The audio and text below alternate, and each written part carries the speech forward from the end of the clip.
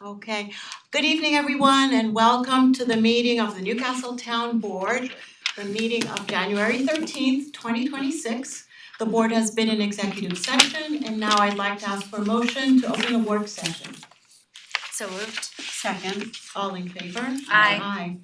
Okay, we are going to start off with an update on the Chapline project. Go ahead, Rob. Lauren, can you help me out?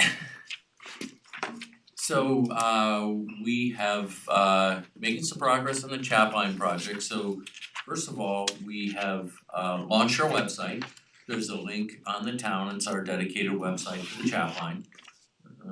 There it is. If you just wanna scroll through it a little bit. So as part of the website, what it shows is the project schedule. So you see we have a project started in September and site inventory and analysis. That's the stage that we are at the moment. So our surveyors and environmental specialists were out in the field in November. They came back, brought the data back to the office, and they're in the process of preparing and submitting to us and to B&L and to our staff experts the survey results. So the next step at that point becomes the start of the design process. And one of the things as part of the design process, we came up with the projected route with the feasibility study. And it's not gonna vary too much from that route, but based on what they found in the survey, the topographical conditions, the environmental conditions, the wetlands, etc., that may move the route several feet one way or the other, and they'll offer us some alternatives to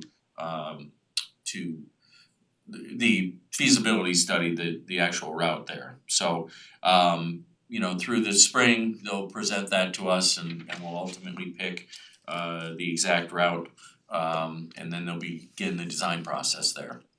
So as you scroll down through everything, when you get to the different design approvals and permitting, etc., we are looking for the bid opening in the fall of 2027 and the construction to start in the fall of 2027 or the winter of 2028. A lot of this is gonna depend on the permitting, as we've seen with some other projects in town and Getney Park, etc. When you start involving the DEC and the Army Corps of Engineers, etc., some of the permitting procedures can be a little bit difficult to navigate and definitely time consuming. So Lauren has continued to scroll through the website. What's included in the website, we have links, we have PDFs of the feasibility study, we have maps of the proposed route. I think we have some pictures on the website as well.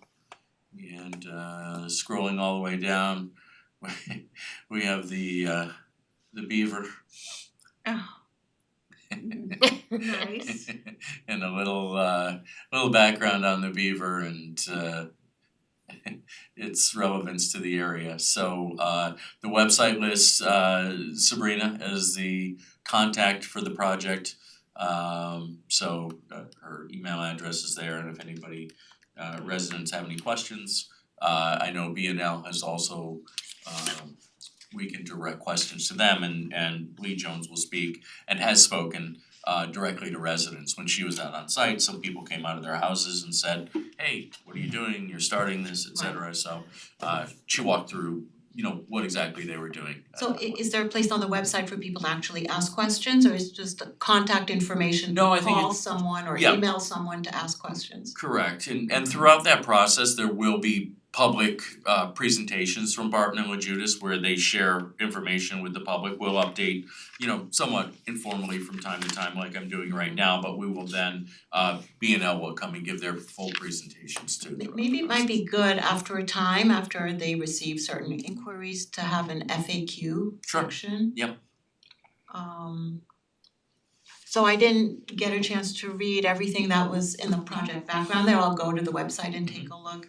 Are there goals of, an explanation of our goals and benefits in that, or is it just a logistical background of Yeah, I what's think being it's just the logistical background, there's some kind of bullet points that are key, I guess, key parts of the project that, timelines we're hoping to meet and benchmarks throughout the project. And that's listed and that will be updated and, as more information as we go through the project, I imagine we'll include the survey report on there and Right. any other information, any deliverables that come from B&L. Okay, well, since this is the place for the public to really know what's going on and get information, it might be nice to have a section on benefits to the community, walkability, biking. I know we talked at some point about having bike rentals available.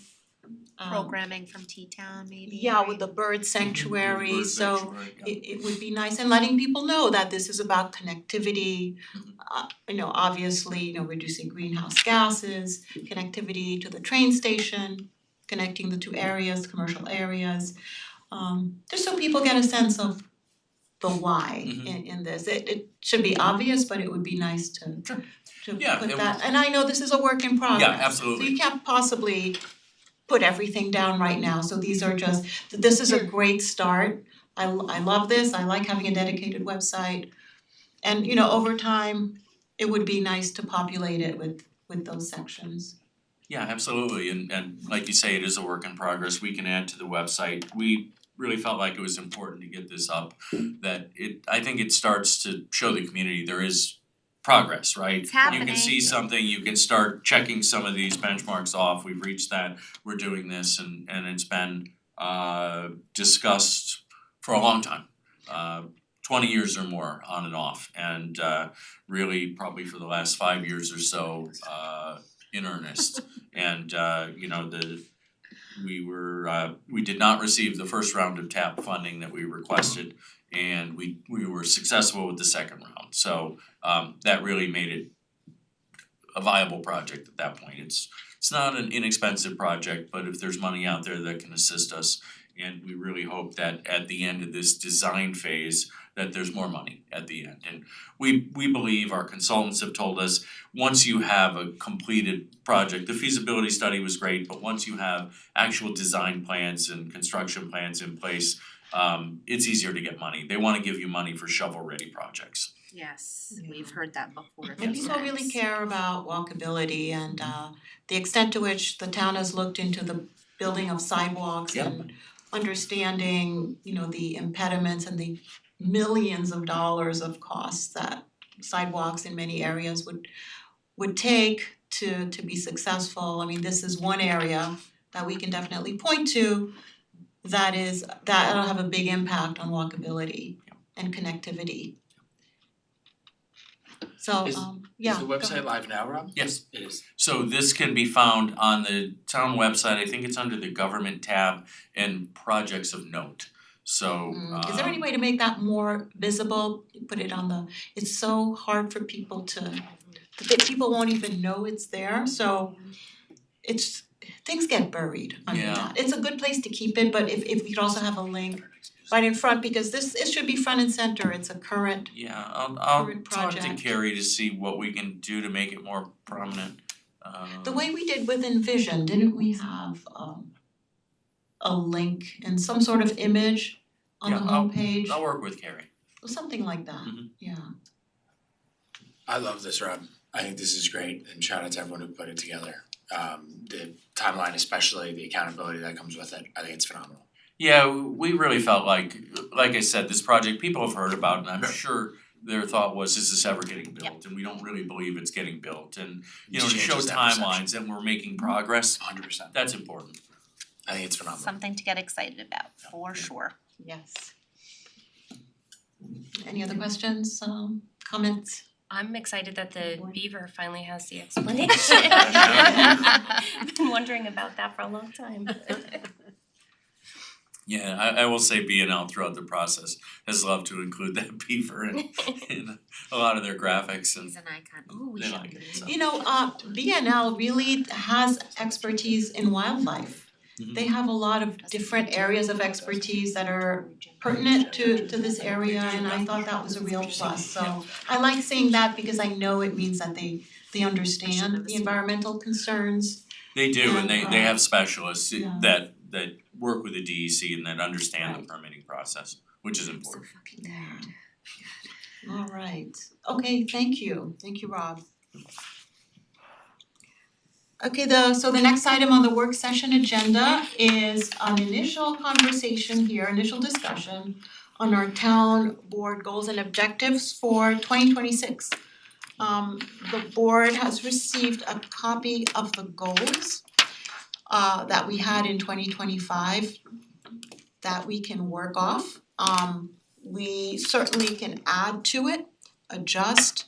And like I said, this is a discussion, this is a work session, so this is the first time that we're taking a look this year at the 2025 goals in order to assess the 2026 goals we might have going forward. Okay, now how do you wanna, Rob, do you want to Yeah, let me walk through and let me just explain what I did here. So I took the document, which was a little confusing format wise. So I took the document that we worked with last January 2025, and I just kind of refined it a little bit, categorized it, and then the first column are notes. I took what we had and talked about last year. I didn't add anything, I didn't remove anything, and the middle column there are the notes that were made at the time. And on the far right column are the updates that I can provide right now that show we have made some progress through the year. So do you want me to? Okay, so we can start with you put this in the category of facilities, as it should be, the Chappaqua Performing Arts Center, which is a big a very important facility to the town. It's unique, and I think it makes our town very special, and we've always wanted to maintain it as a community theater and it's a theater that can be flexible in its programming. So I want to thank Jen Klein for introducing us to Rachel Szymanski.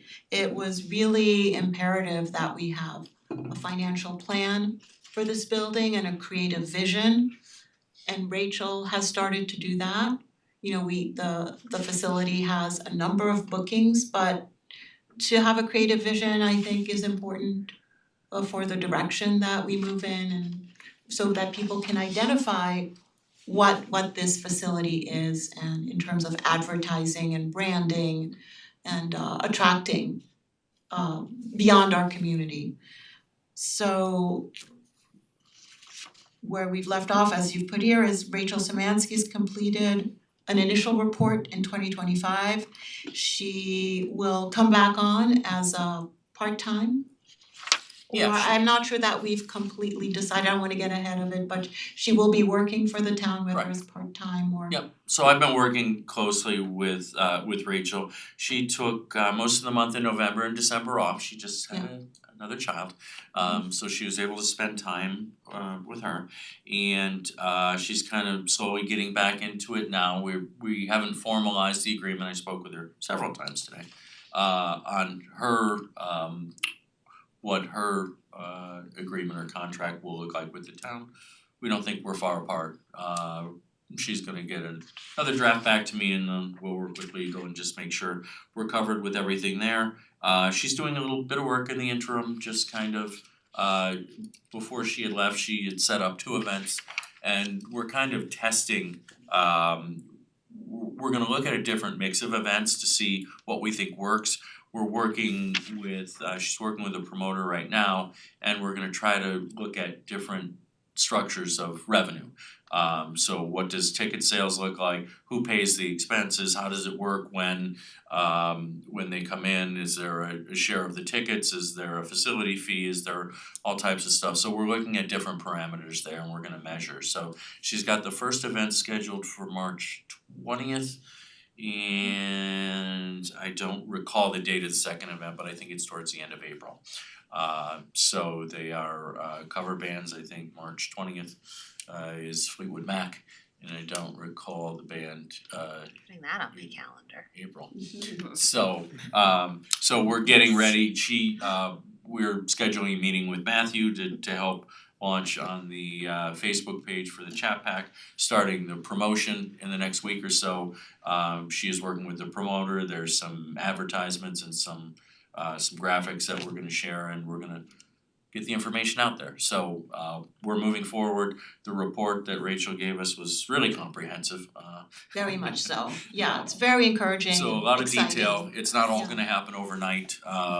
We'll start to incorporate stuff and you know, Rachel felt like after once she was in there for several months, she could now, we really think 2027 to put together a whole schedule. It's not to say there won't be stuff in 26, there absolutely will, but she feels like she can put together a season or a program that you could, you know, maybe buy a series of different things. So we're working with that right now, so. Okay, really great. And everyone is thrilled to work with our friends of Chapac, and she, you know, she's a wonderful person to work with, very collaborative. And she's also a resident, she's part of the community, so she understands what we would like to see here, and she understands the surrounding areas in order to attract people and what it takes to do the promotion Yep. of programming. So she is very versatile. And so I'm excited for this. I think it should definitely be a top priority for us, but you know, I'd like to hear from everyone else what you think of Chapac and where we are and where we're going. I'm all in, All in. all in. Okay. Eric, you're all in? I couldn't agree with both of you more. Yeah, Rachel's phenomenal. Yeah. I'm incredibly impressed with her business plan. I'm all in. Great. Go ahead. Well, I think it goes without saying that I'm all in. Yeah. Rachel has, you know, Chapac has always been a gem, and it just needed sort of a coordinated approach. There are several stakeholders who care deeply about the place and have wanted to make good programming, and to some extent have. But I think Rachel is just gonna take it to the next level in her coordination, and even just in her plan, she has spoken to all those stakeholders. She did such deep research, and then also brings to bear her own experience and knowledge in the field. And I really think, you know, creating a season, just like theaters out, you know, that maybe some of us have heard of, you know, maybe up in the Berkshires or the Adirondacks or the Catskills, wherever, you know, there are these theater companies where you know what their season is every year, and they really promote it as such. And then of course there'll be just a continuation of the use of Chapac for municipal reasons and rentals and Right, our committees use it. I mean, we should have the I Lunar mean, we New Year just events. used it last coming up. night for the inauguration, which was amazing. Yes. I mean, there's so much that goes on there already that is spectacular, and part of Rachel's study was to actually, you know, survey the community and find out what people love to go there to see. And, you know, different corners of the community like different things. There's so much that can be done there and has been done there, and we're just gonna continue to do that. So I'm really excited to have her, you know, just pull it all together and make it make sense for the future, so. Yeah, I'm and glad. thank you again, Jen, for finding Rachel. For us, that was a very important, Amazing. that was very important work that you did, and I know you did a lot of background work on that. These things don't happen overnight, they don't happen by magic. There's really a lot of legwork that goes on in the background, so. Yeah, and thank finding you. Rachel and also defining what we need from someone like her. I think doing research to figure out what that role could look like, what it could Yes. be. Yeah, because Chapac has been around for a long time, and it's had different iterations of management and visions and viewpoints, and so it was a matter of rethinking how we handle this, and not just programming and vision wise, but financially. Mhm, Everything, you know, has to fit together. mhm. Okay. Thank you, Rob, for working so closely We with her. we work well together. Yeah. Our personalities kind of match. I don't, All right. every time I pick up the phone, she's bubbly and you can't help but Adore her. just, yeah. Yeah, I'm happy because, to be honest, Jill and I had this kind of dropped in our lap in 2016. We haven't always enjoyed it. There's been some growing pains, and this is the most optimistic I have been since I've been involved in 10 years. So I think it's on a really good track. And another thing for the community to look forward to. Yes. Chapline, Chap Pack. Chapline and Chap Pack. All the chaps. They All can chaps. ride, they can ride their bike from, Chap Pack. eventually from the hamlet up to see That's a right. show and That's dinner. exactly right, or they can walk to a restaurant. But anyways, I was so excited about the Chapline and Chap Pack that I wanna go back up in the chart to environmental concerns. That's the first thing listed here actually, and climate change resilience. Now we announce periodically grants and projects from the Climate Smart Task Force, So we, and so we did that yeah, we had a number of them. last year. We have in had a number of projects. 25, right? We've got a whole slew of new EV chargers that we're putting out there. I think we're replacing Gedney Park, which has been dormant for a while. That machine broke a while back in the Allen Place parking lot. There's a few other locations. I'm not sure if we're adding one more to Amsterdam. So that was part of it. We just got a new electric vehicle for Town Hall that will be added to the Town Hall fleet. Those are off the top of my head. Some electric landscaping equipment for Ike's office. Those are off the top. Did he say he had trouble with some of the equipment? Because So of the heaviness in of- certain conditions, right? I think he mentioned when the grass was wet, it was difficult to use the electric mower because the engine was so much heavier than the gas mower. So he said his staff did like to use it, but there were certain conditions it wasn't ideal. but it's still to use it. useful. It's still useful, Right. yeah. So I think we should continue with these climate smart, Yeah, climate absolutely. smart equipment.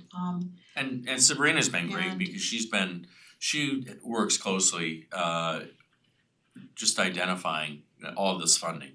Some of the other funding that we've come up with, not necessarily through the NYSERDA, but we've come up with some of the CREST grants where we've got heat pumps in the train station building. We've now got heat pumps in the Amsterdam facility. And so Sabrina has identified all of that she and her staff have been great in finding the money for us. Yeah, and the town has LED lightings Yeah. and the street lamps. We have LED lighting at Chapac now. We have Solar panels is on the Chapac Chapac, roof. so our the panels were installed and were working towards the end of last year.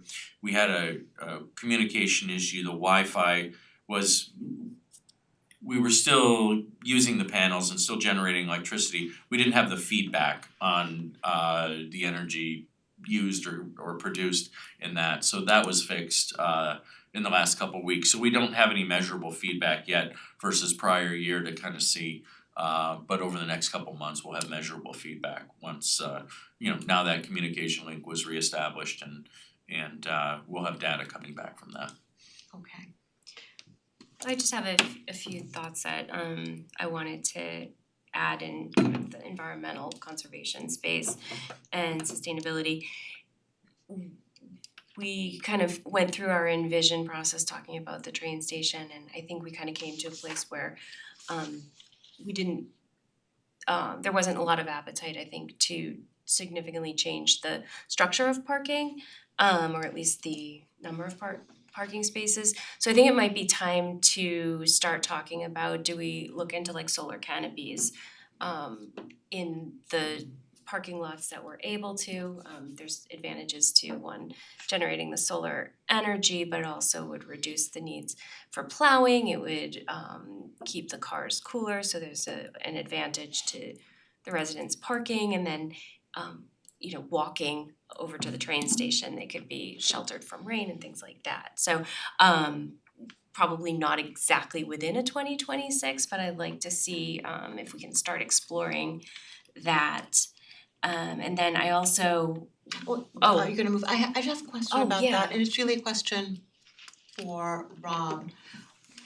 With those solar canopies, are there very long-term contracts associated Usually with there are, those? yeah, usually there are. And what are the time periods We know, roughly? do you have experience? I'm gonna say probably 20 to 30 years that they're probably, So I think we have to keep that in mind, that's what I That's think of.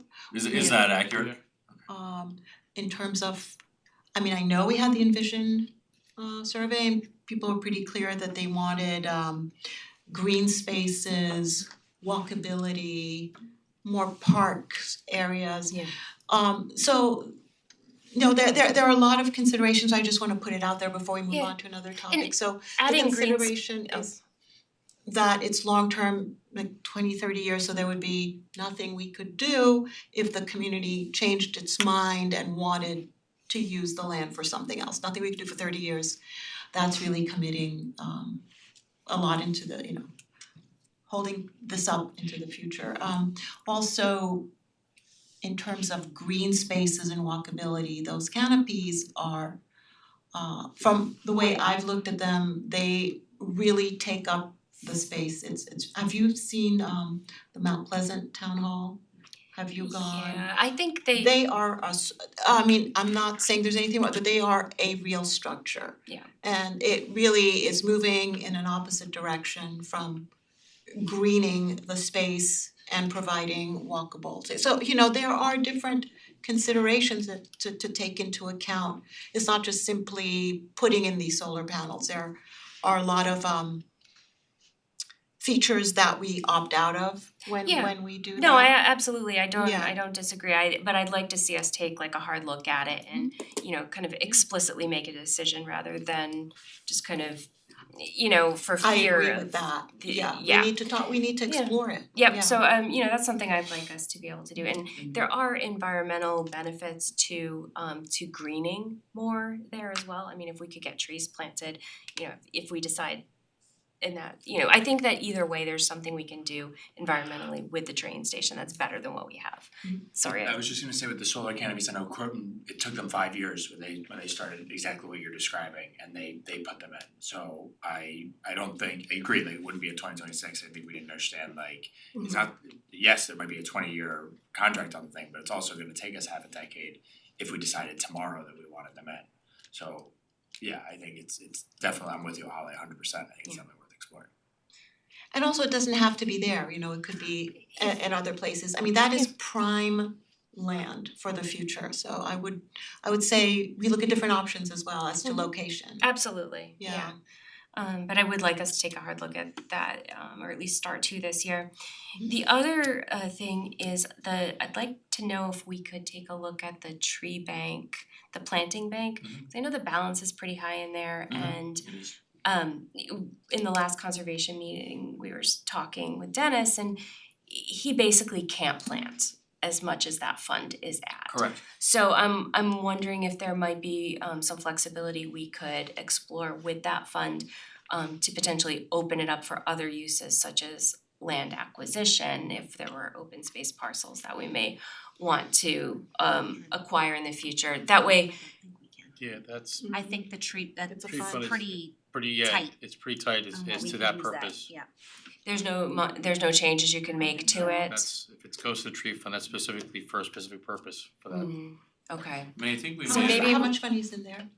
probably not quite a $500,000, but in the 400,000, mid 400,000 range off the top of my head. Are there things we could do, like establish a different fund and redirect, cause I understand, like this is, sometimes they put money into the tree bank cause they're not planting during like the Right. planning board process, But so. those funds are supposed to be used for the specific purpose of either planting more trees or coming up with maybe another park. I mean, it's specific to that, so it's. What about not cutting down trees in land? That doesn't, I mean, cause honestly, if we can save a small forest, that's almost better than planting a lot of new trees or not being able to plant them. But if it's totally locked down, then I guess that's what it is. But if there's anything we could do to, cause we're not gonna spend through that to do new plantings, it's never gonna happen, Yeah, the I- rate it's filling. I actually had this conversation with Dennis this morning and he gave me kind of the ratio that he was thinking and he's like, we're spending $1,500 to $2,000 a year but bringing in about $13,000 a year. That's his estimate and he's like, I can't. And I said to him, I said, what we had an idea that I wouldn't yet bring to the board a place because it's not anything he would propose at the moment, but we just I'd asked him to start thinking about Okay. what would be a use, but yeah, it's very narrowly defined and I think we actually revised it 5-6 years ago maybe, where we included it was very specific to trees and I'm not sure if we included like shrubs or other plantings or the They would- soil yeah, they would and qualify planting them. materials. It was very specific at first and we added a little bit more. But it had to be really closely related and you can't remove a tree No. or remove any kind of vegetation with the fund. Do we think No, I that- wouldn't want to remove it, I would say, Yeah. if there's, Use it for prevention, is that basically what yes, you're saying? to How, well, you have to keep define some- prevention then. But there was some talk Well, maybe exactly. of at one point, was my suggestion, but there was talk of maybe removing like invasives, et cetera, and planting natives or things like that, and they said, you can go ahead and plant the natives, you can't remove anything with it though. Yeah, I mean, Not with those funds. I don't know if there's anything that we can, like if you're continuing to talk Dennis, but Yeah. also just kind of like from a fiduciary standpoint, to continue having people deposit money into a fund that we simply don't have enough land to Mhm. plant it on, Yeah, I agree. it's not the best use of that money Can either. you explain the process of depositing monies in that fund? So it's when there's a development project and you're building a new house and you're removing some number of trees off the property because you need to put the house there. You've either gotta replace every tree that you cut down, and if you're not able to, if there's not enough land on the property or you Right, haven't. you're supposed to contribute to that fund to offset, so that should the town decide to go plant more trees, Right, that's the whole purpose of So, that fund. and it's a local law. yes. Yes, Can we write another local law giving the option to Yeah. donate to a different kind of purpose? When people cut down trees, a purpose that's related to the cutting down of trees, but your local law comes from the state, I mean, you have to track to make sure that you're allowed to make that move, so it's up. right, it would keep our local law intact, but create a different law for options. I mean, the other thought is, I mean, you could reduce also the amount of, with the contribution to that fund is, that's another option, you could reduce. But I would still like to take advantage of the monies I- that people have to Yeah, and I almost, contribute to something. I don't know that I'd wanna reduce the amount because it's almost a disincentive to cut down a tree, right? Yeah. If you don't make it, and I don't wanna say punitive, it's not necessarily punitive, but if you lower the amount, then it's just easy to cut down a whole bunch of trees, so Right, we you know, wanna keep the you amount. do wanna leave an incentive to try to avoid cutting down the trees if that's possible. Right, which is exactly why I was, Could you look into this, Lino, to see if we can draft another local law giving people well, we don't wanna touch the existing law and say that they would have the option of donating into that fund. We don't wanna amend the existing law. I don't know how to put it so that we're not in contravention of the local law.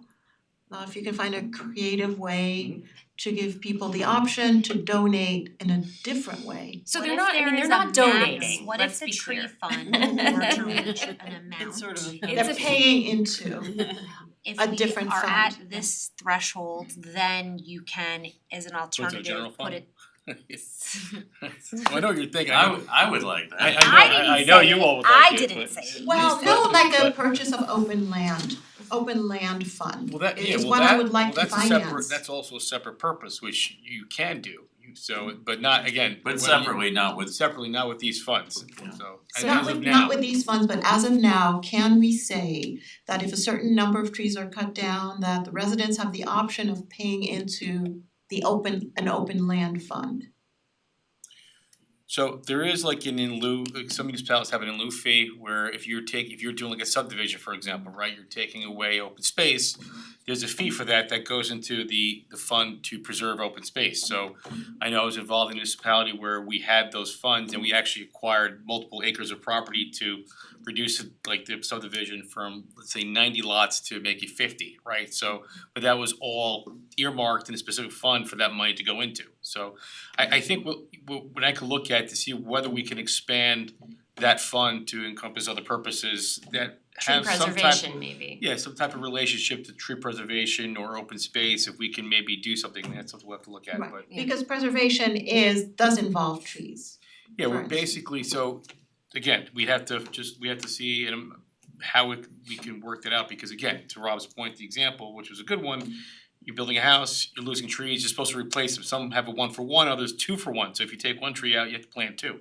So yeah, and that money specifically for that purpose, so if we could find a way, maybe broaden that tree fund to maybe call it something else, or call it like preservation, open space, put it all in one. But again, it has, in terms of the tree component, that's gotta remain. I need to find out whether it can be expanded, because when Yeah. I've dealt with them, they've been very separate, you know, there's one fund for open space, there's one fund for tree. And my thinking really was to prevent on a parcel from having trees cut for the purpose of development, you know, in another location than the place that is already in the planning stage. So yeah, if it's adjacent, I'm totally happy. And I'll say that Dennis works really hard with the applicants to he doesn't want money in the tree bank fund. Dennis wants trees. So Right. he works with them to try to find an acceptable part of the site that they can actually plant trees and trees that would work in that area. So,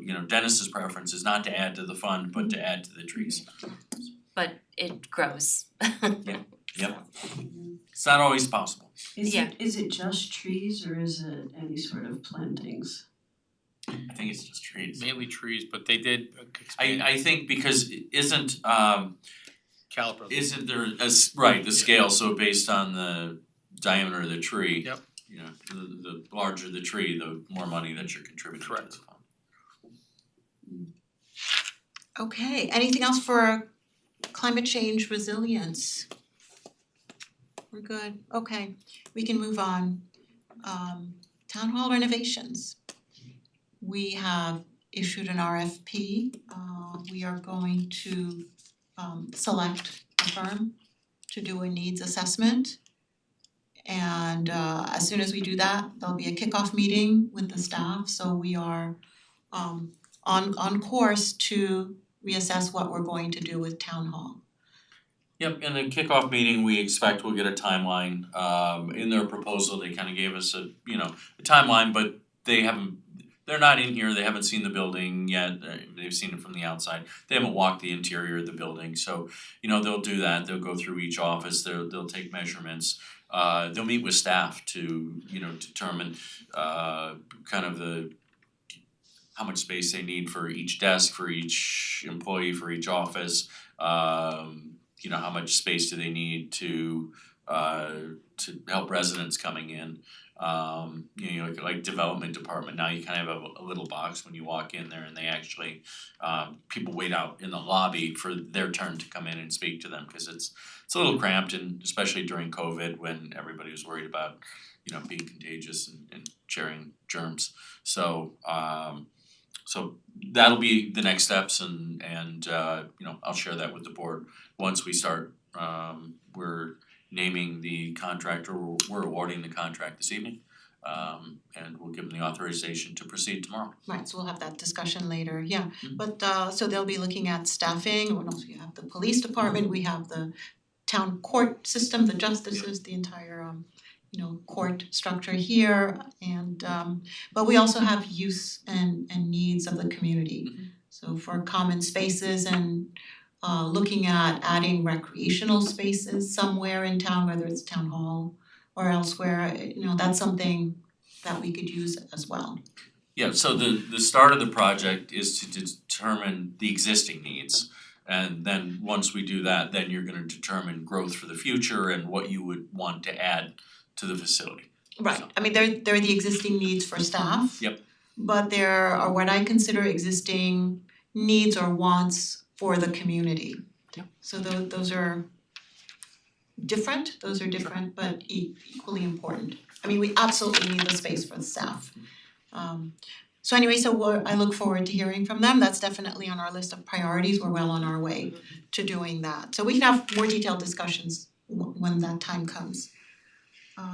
Okay. Parks and Recreation. I see turf field on this list. I don't recall that being a serious consideration. Yeah, Last year, maybe we did discuss We it. said need to have, Um, not nice to have, not Not a needed. priority. I'm not sure that we wanna keep that on. I mean, turf fields are good to have, but we don't have we don't have a field that would accommodate you know, a proper size. Yeah, I think taking an existing field that we have that's green and making it artificial, I'm not sure that's ideal. Right, the school district has 2 turf fields at this point, and I think that addresses the needs of sports teams, you know. And I agree, that was, listed here as a nice to have, and I would agree with that assessment, that's definitely not a need to have, in my opinion. Okay, so is everyone good in crossing that out Yes. for now? Mhm. Yeah, okay.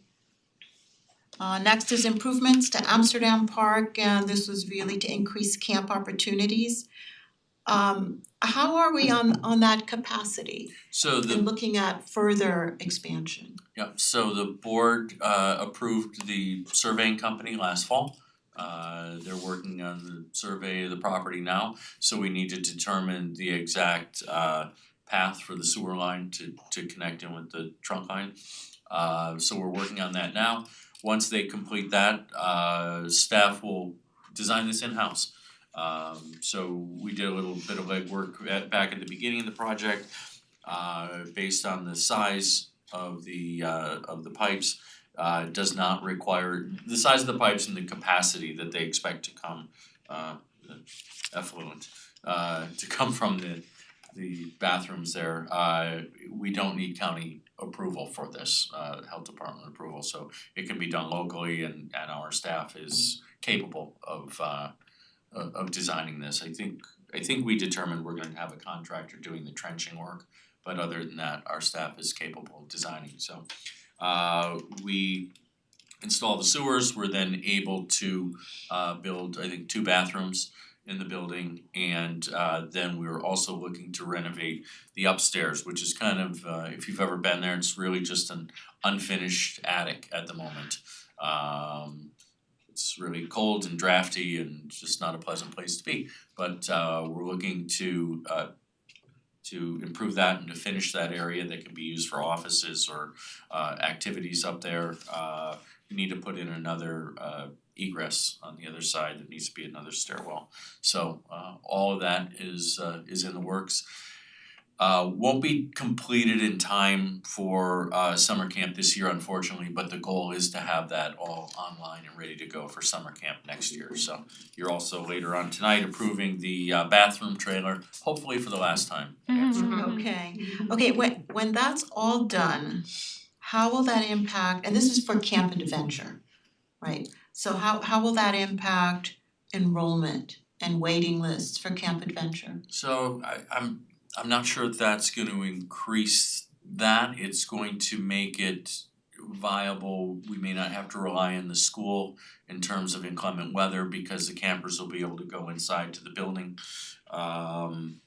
The bathrooms, that was a limitation before, and then we started bringing in the bathroom trailers, so that, while not ideal, it eliminated that as a problem. So I've talked with Ike before, there, as a kind of a wish list for Ike is maybe a gazebo facility. He pointed out to me, it'd be hard for me to describe, but kind of like a covered area, and that would help increase capacity. Like the ones at Gedney? Yeah, Some sort of Similar to pavilion, pole barn? pavilions? yeah, something like that, so that, in if it rained, if there was heat, if there was something, you could get kids out of the area. So, that's on his wish list, but the first step is the sewer line, which we did receive a CREST grant for $250,000 for that project. So it's the sewer line, the bathrooms, and the renovation of the interior, and then, a possible structure would be the next step. Okay. Remind me, with the summer camp, did all of the applicants get into Camp Adventure eventually? I believe so. I seem to recall I that. believe so, yeah. Okay. But it was just at capacity. Yeah, so Okay. I think the one camp that we just couldn't accommodate everybody was the on the go, and there are limitations on that. The bus is number one, and two, some of the facilities that we would go to could not accommodate an additional 40 children from our program. They're doing programs, they're doing camps from all over the local area, so there were some limitations with that. I think, I don't wanna put words in Ike's mouth. I think that everybody that wanted the 6-week on the go program was accommodated. I think the people that weren't accommodated were the people that were doing piecemeal, that might have wanted to do just 1 or 2 weeks. And based on the events, they would join for a week, and we felt like prioritizing the people that needed the camp, maybe for all 6 weeks because the parents worked, et cetera. We prioritized that. And- That's my and recollection I as believe we well. were able Yeah, to me too. accommodate everybody.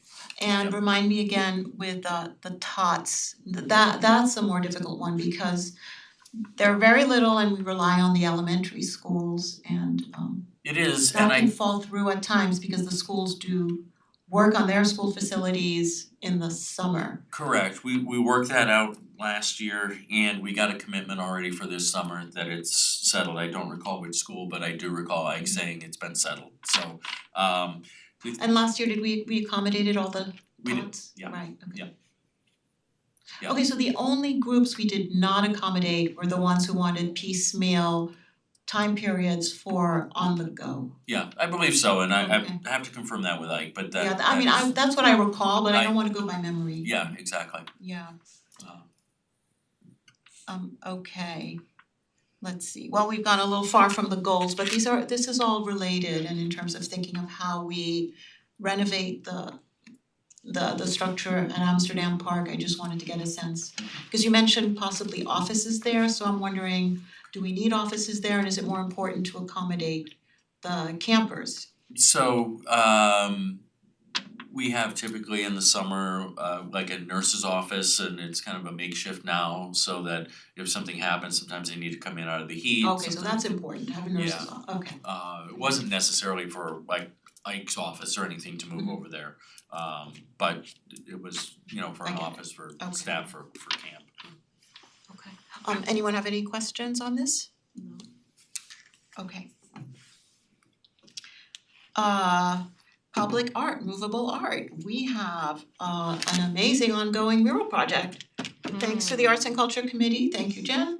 And so I think everyone definitely wants to keep that on our list of priorities. There are now 4 beautiful murals in the Under the Bridge Art Gallery and plans for 4 more coming this year.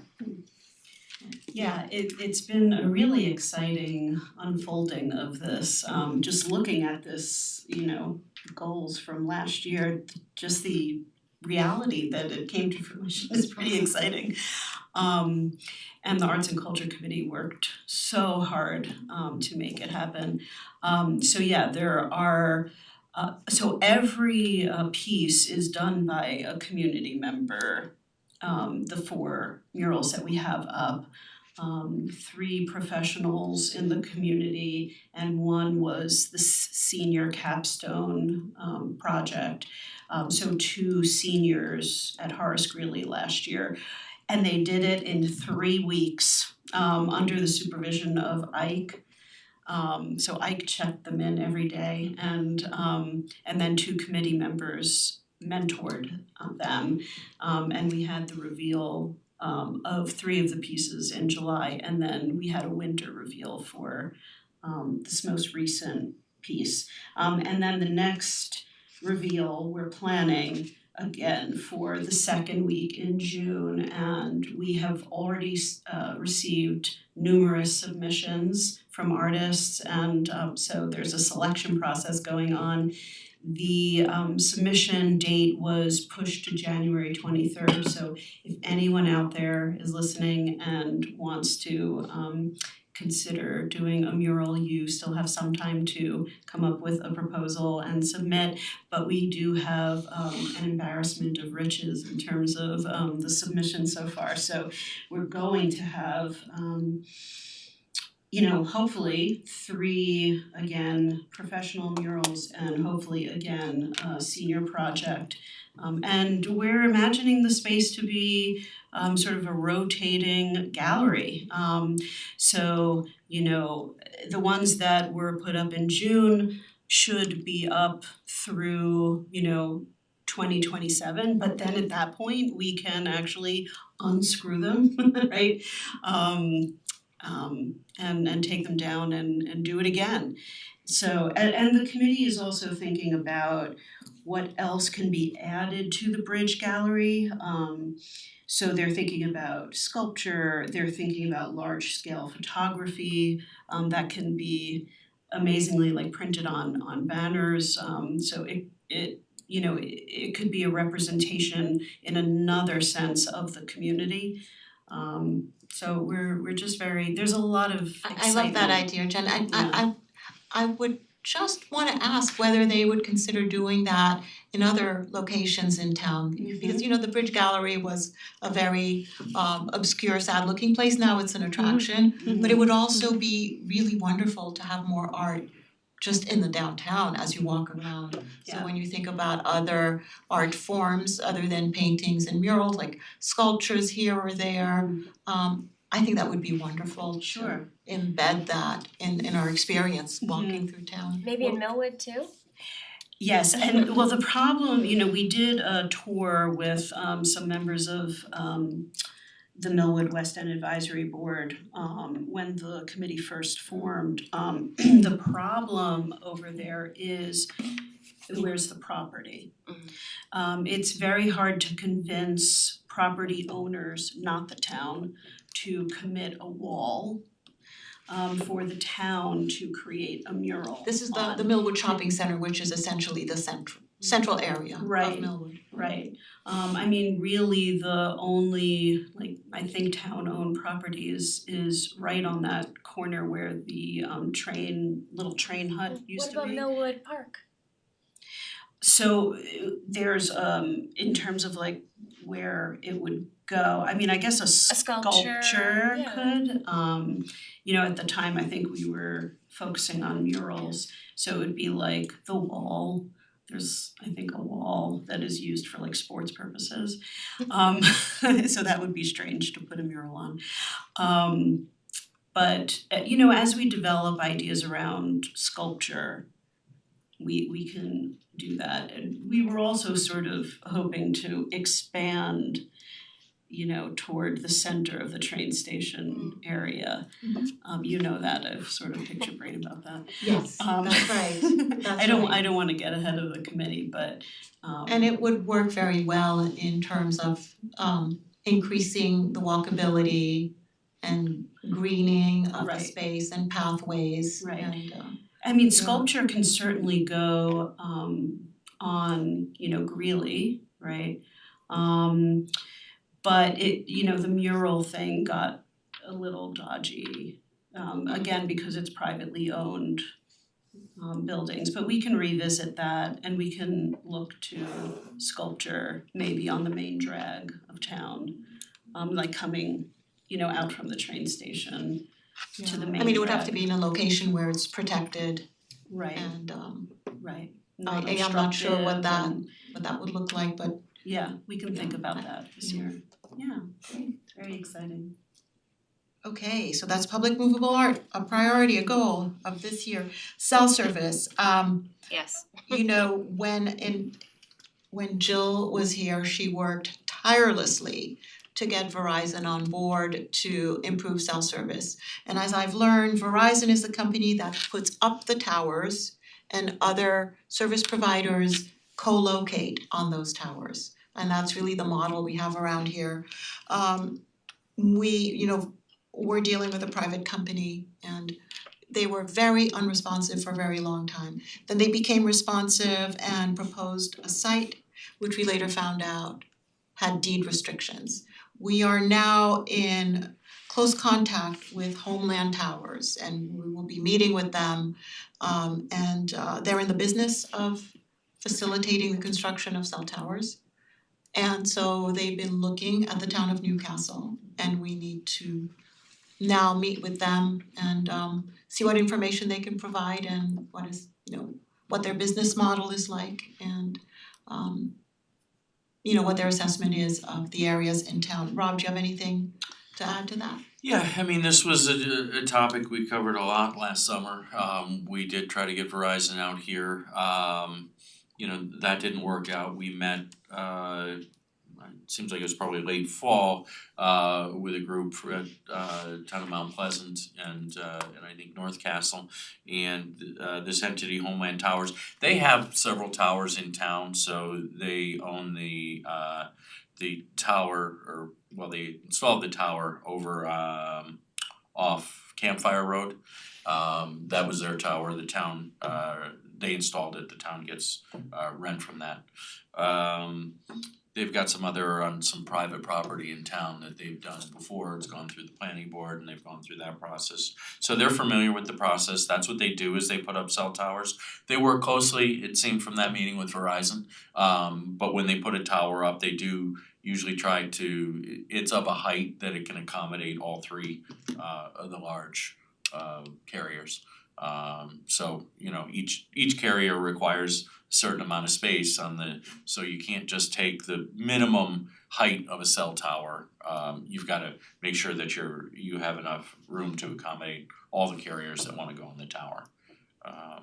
I know, Lena, you have experience. Do you have anything to add to what I said, or? I mean, you have to allow room to co-locate, because that's basically what the law requires. And again, you have to account for, we have hills here, line of sight, so there's a lot of things that you factor into. I mean, I was involved with Jill and with Rob and with those carriers and looking at other sites, and some of them are more advantageous than others, but some had some issues of their own with respect to deed restrictions, wetlands in some of them, so. Again, but to Rob's point, yes, you design these to co-locate other carriers on that. Yeah, and can you remind us of the other options of smaller towers, because when Westchester did its survey, they presented those as options, right? Smaller, I guess I wanna call them towers that could be installed on top of roofs, etc. We thought about the new fire department, fire station that's being built. Yeah, and that's still a and possibility. That's not, Yeah. the fire department didn't wanna look at that. They're having their I mean, own this issues is with the their building, it's construction. up to them, but Yeah, so. also it's in a dip, and It so is. would not Right, really, right. You would might not need have a the coverage line of that sight would issue. make it worthwhile. Yeah, and that's part of the problem with these smaller boxes, and I don't know if It's you 5G, because they don't go out as far. Correct, and so part of the problem with the town is the topography of the town, and you need to have a sight line. So if you have these boxes, you're gonna have to have a lot of You them. got more of them, to right, make because any we sit in the difference. bowl basically, so Right. it's, that's the problem, it's geography and the topo. You have to be high up, and if you do smaller, the 5G, you're gonna need, like I said, more of them to basically. And Makes don't sense they of- need to feed, isn't there like a tower that they need to feed off of that Correct. they're connecting with? That's not my specialty, How is how the, far does the tower have to be from, well, I'm asking questions you may not have the answers to That right off now. the top of my head, I don't know, Yeah. but relatively close proximity so that they can ping it. Okay, that would be more of an impediment than having a lot of them on roofs, I would think. yeah, again, when you're talking about a private entity, it has to make sense for them, right? It has to bottom make line, right. financial sense, and they have to reach, I don't know what their business model is, but they have to improve their service or reach a certain amount of customers for it to make sense for them. They're not in the business yes, it's a public service, but it's a business, and they're not gonna put something up that costs them, they've gotta go through, hundreds of thousands of dollars to install a tower, and you're adding 100 users Right, I mean, if the gap in coverage is only X number of users, right, then it's not, it may not be worthwhile, again, I'm speaking generally, but if you have a coverage area that is served by a lot of potential customers, then that might be worthwhile from a profit standpoint to invest in, put a tower in that location, provided that we have, you can either put it on private property or municipal property, but that's what they look at. They look at, the coverage gaps and where we can build and where we can meet, the biggest bang for a buck in terms of trying to get, if there's 3 people in the coverage area that's lacking, it's not really worth it, but if there's like 1,000 people in that coverage area, it makes a lot of sense. So when Verizon was identifying sites, they were taking all these different variables, right? They were looking at the map where there was a gap that they need, but they were also looking for town-owned land in those areas and that would have the space, that would have the topographical characteristics that they were looking for, and they're they weren't finding a perfect answer, and that Old Lyme site was the best that they could come up with. But if you even remember, I think it was, they needed a 150-foot tower there too. So, while residents feel, and I like to call my mom on the way home from work a lot of times. I have to wait till I get on the Taconic. I can't start in Town Hall parking lot, cause when I drive through town, I don't have service through when I drive on Douglas Road or Hardscrabble and Campfire Road, there's no service there. So that's just a small part of the town, but there are those pockets all over town. So I have to say goodbye to my mom on the Sawmill because it drops as soon as I enter town. I mean, it's really disturbing, It is, right? it That is, we're, yeah. there's such a gap and such a hole. And it's, it's people's safety. It is about safety. If you need to call 911, You wanna be able to, you need to have Absolutely. service. You need to have Absolutely. cell service. And it interferes with work. I don't It have service, does. I work from home sometimes, my 100%. husband works from home, we're not getting phone calls, we're not able to join Zoom calls, it's the complaints are all valid, but then when you have a proposal for a 150-foot tower in your neighborhood, people don't want it close to their homes. Right. So there's that too, or school. correct, which Old Lyme was right behind Grafflin. Right. So I think we're all aligned, we all really want it and we know there's challenges. So the next step is Homeland, you said they're called? Yeah. When does that happen? We are going to meet with them. When is that We're happening? setting up a meeting. We don't have an exact date, I think. We are in the Spoke about process the first week of in February, but finding a date to meet within the next few weeks at the latest, yeah.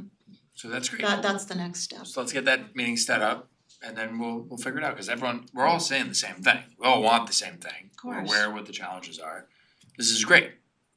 So next step's the meeting. There's no one in the community who doesn't want Who this. doesn't want this I cell mean, service. it's just, But we have to convince and persuade They don't the want a tower in their company, backyard. right? That's how we're to- yeah, but I'm to seeing, find it we wanted a profitable. meeting 9 months ago and we didn't have a Right, meeting. we're dealing with a I was here, private we're saying, oh, Verizon was supposed to come in, they couldn't come in, they had a third party that they had to fire, this and well, we that. ended up, they didn't end up presenting at a public didn't present meeting, it. cause ultimately the site wasn't viable when their attorney did the title search Yeah, I of was the dealing with a property. lawyer on that, so I was specific. We went kind of far down the road, their attorneys talked to our attorney, Okay, and when they did the title search on the property, there were deed restrictions that would not allow anything but a recreational or a passive recreational On the site. use for the site.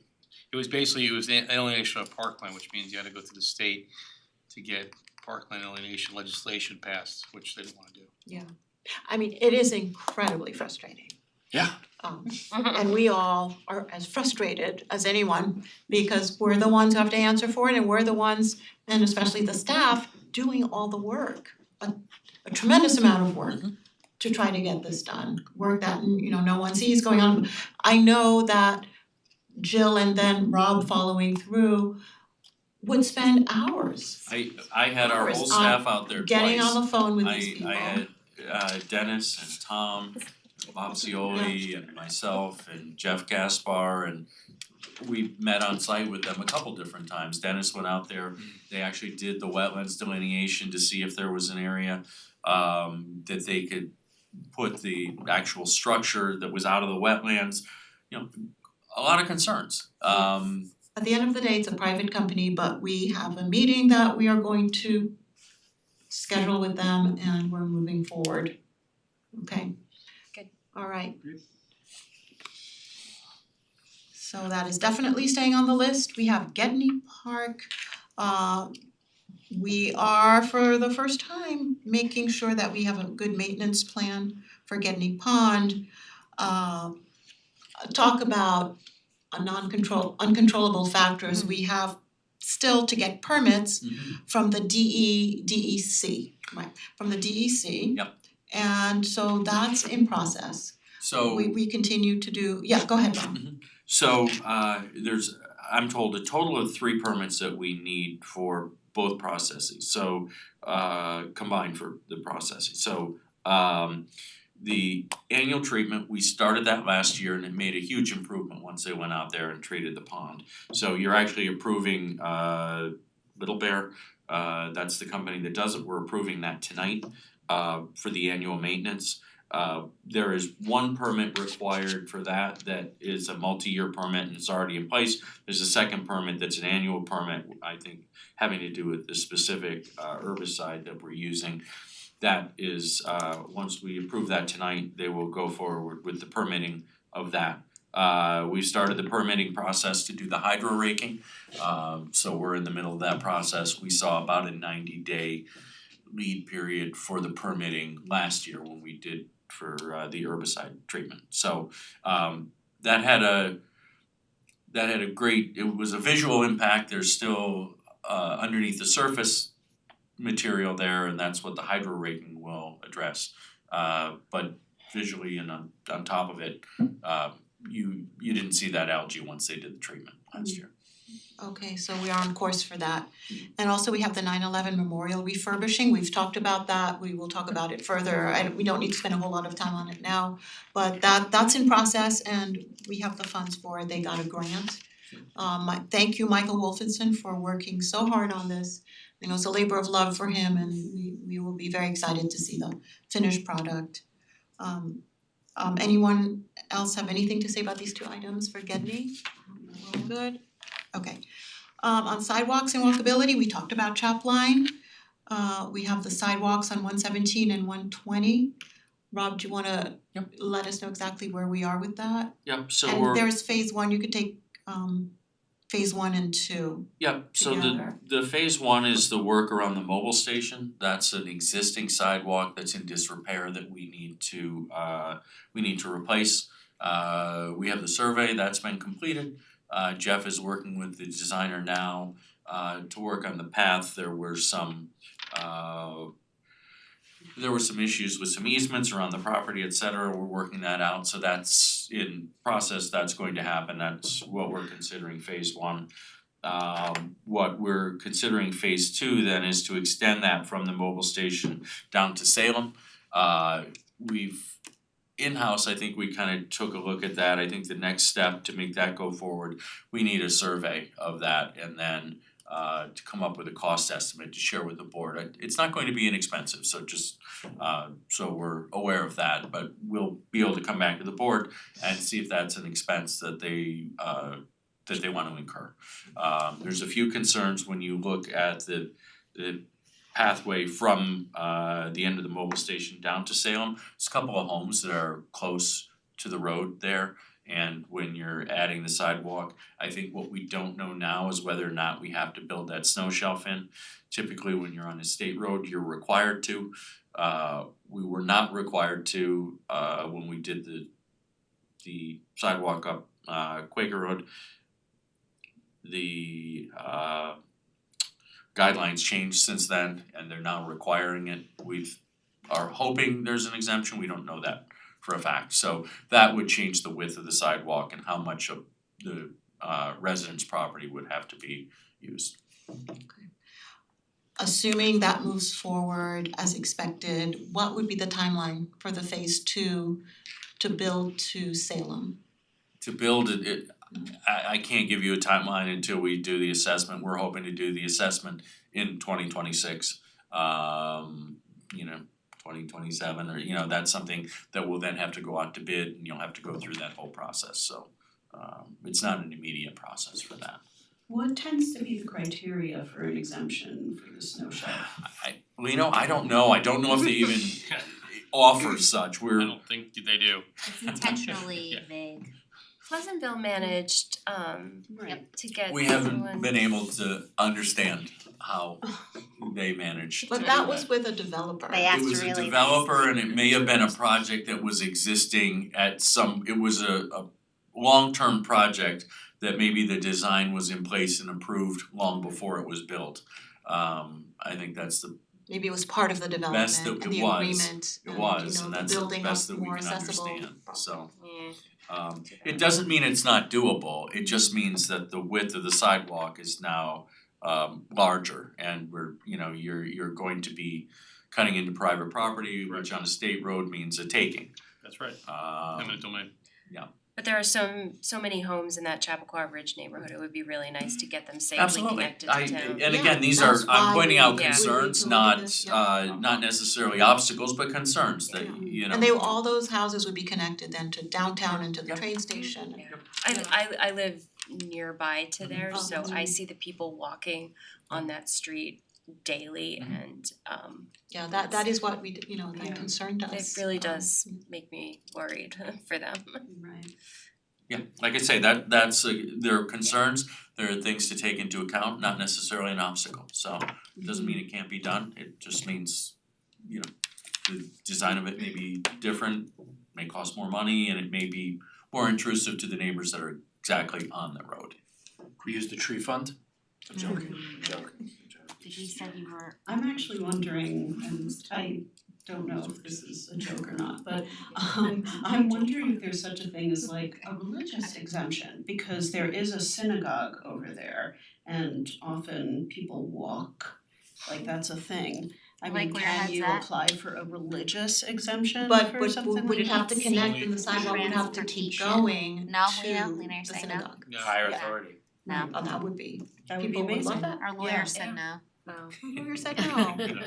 No, Wishful there thinking. are religious exemptions on the RLUIPA when you are substantially burdening their freedom to practice their religion with zoning controls, but that wouldn't really qualify as one of them.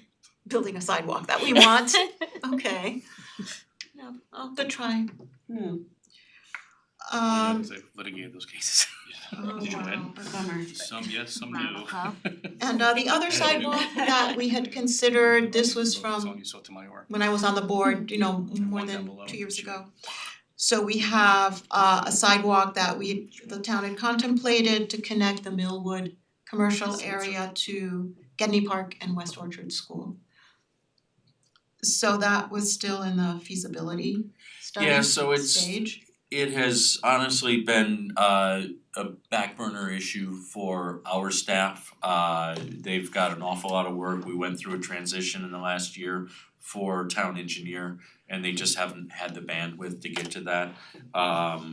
If you remember, what needs to take place is that they actually need to shift the roadway in that area because I think the way that the right of way exists and so they needed to do an RFP to come out and I guess have a consultant do a feasibility study. So you know, that's staff, it's on our radar, we're aware of it, it just hasn't been something we've been able to get to so And far. how would that work into our budget? You know, if we're looking at these other sidewalk options, the chap line, the 117, 120 sidewalk, and I suppose these things take a while, so I'm sure it would be staggered Mhm. in terms of, but you know, Yeah, budget absolutely. periods.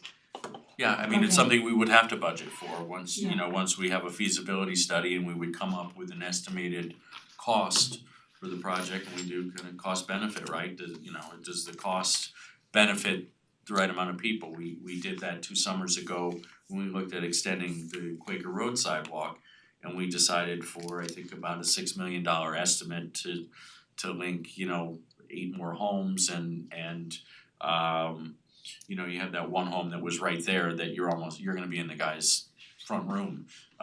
So, you know, we determined that wouldn't work. So, you know, this is something we would have to determine whether that works, if the, you know, cost is reasonable for the benefit it provides. Okay. Alright, any comments for anyone on sidewalks, walkability? Okay. Traffic safety, we have a road safety initiative. As you know, we had an initial report from Creighton Manning on the reduction of the speed limit on local roads. Not state roads, not connector roads as they defined it, but on local roads. And so it sounds like that can happen, but they need to provide us with their final Yeah, well, report. they do look at some of the connector roads, the Douglas Road, which in particular, that is a connector road. We had asked them to work Revisit out that. revisit ways that Douglas could be made more walkable. Initially, they said it could not because it's one of those connector roads, but we made a special request for that road. Yeah, so they're looking at traffic calming methods, they're looking at a combination of factors that they can use there, whether or not they do recommend lowering the speed limit. They have what they call traffic calming measures, which could help reduce the speed there. I know the chief has kind of stepped up enforcement over the last few months as this has become more of a priority. I know sometimes coming in, I see an officer sitting on a side road there often. So they are scheduled to present next Tuesday. So they took what we saw in October was the first draft of their report based on the feedback from the town board and some of the areas we asked them to either revisit or focus on. One of the things on Douglas Road is, the chief had done a speed study and they had done an independent speed study and the speeds differed on what they were seeing in the road, but they also took the speeds at different places. So we asked them to go back and take a look at that and try to get a real gauge on what the 85th percentile, which is the measurement for speed on that road. So we look forward to hearing from them on Tuesday with an update. This is still a draft form. This isn't, I believe, not their final report until they hear back. I'd love for us to explore kind of a larger road and pedestrian safety and awareness campaign, kind of in conjunction with that. Like I see this all the time. Yeah, I mean, and that's what I there's- had proposed. This is Yeah. just the first Okay. part of road safety. Okay, great. And I had proposed a task force, but another task force, but I thought we would do this study first Okay, on reducing the speed limits and, we have a very active group, I don't wanna get ahead of things, but we have very great advocates in the Somerstown Road Mhm. group. And so I've spoken to a few people around town as well who are interested in this. So we definitely, to improve road safety, we need much more than lowering the speed limit. Obviously, we need public education, awareness campaign. So that to me is another task force. I don't wanna be accused of being, I think Rob Greenstein created a committee and task force every week, so I don't think I have to worry. But I do think that we do need an awareness campaign and we need to bring the community in. yeah, But that was the original plan, but that was, we talked about that such a long time ago. yeah.